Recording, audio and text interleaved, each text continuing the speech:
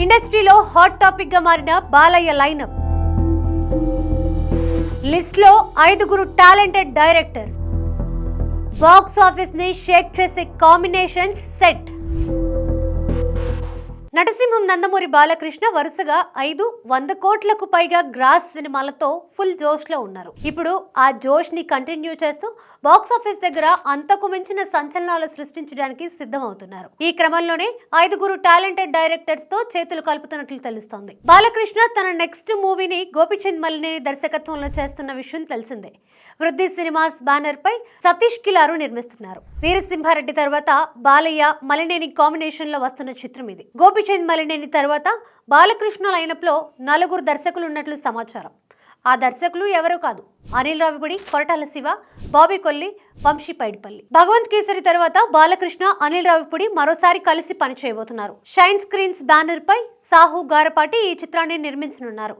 ఒకవేళ గోపీచంద్ మలినేని ప్రాజెక్ట్ ఆలస్యమైతే దీనిని ముందుకు తీసుకువచ్చే ఆలోచనలో ఉన్నారట. ఇక కొరటాల శివ కూడా ఆ మధ్య బాలకృష్ణకు కథ వినిపించారని సమాచారం. కథ నచ్చి కొరటాలతో సినిమా చేయడానికి బాలయ్య ఓకే చెప్పారని, అనిల్ సుంకర ఈ చిత్రాన్ని నిర్మించనున్నారని ఇండస్ట్రీ వర్గాల్లో న్యూస్ వినిపిస్తోంది.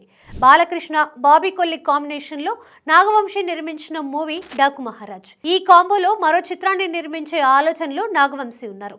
ప్రస్తుతం చిరంజీవి సినిమాతో బిజీగా ఉన్న బాబీ ఆ తర్వాత బాలయ్య ప్రాజెక్టు పైకి షిఫ్ట్ కానున్నారట. దిల్ రాజు బ్యానర్ లో కూడా బాలకృష్ణ ఒక సినిమా కమిట్ అయి ఉన్నారు.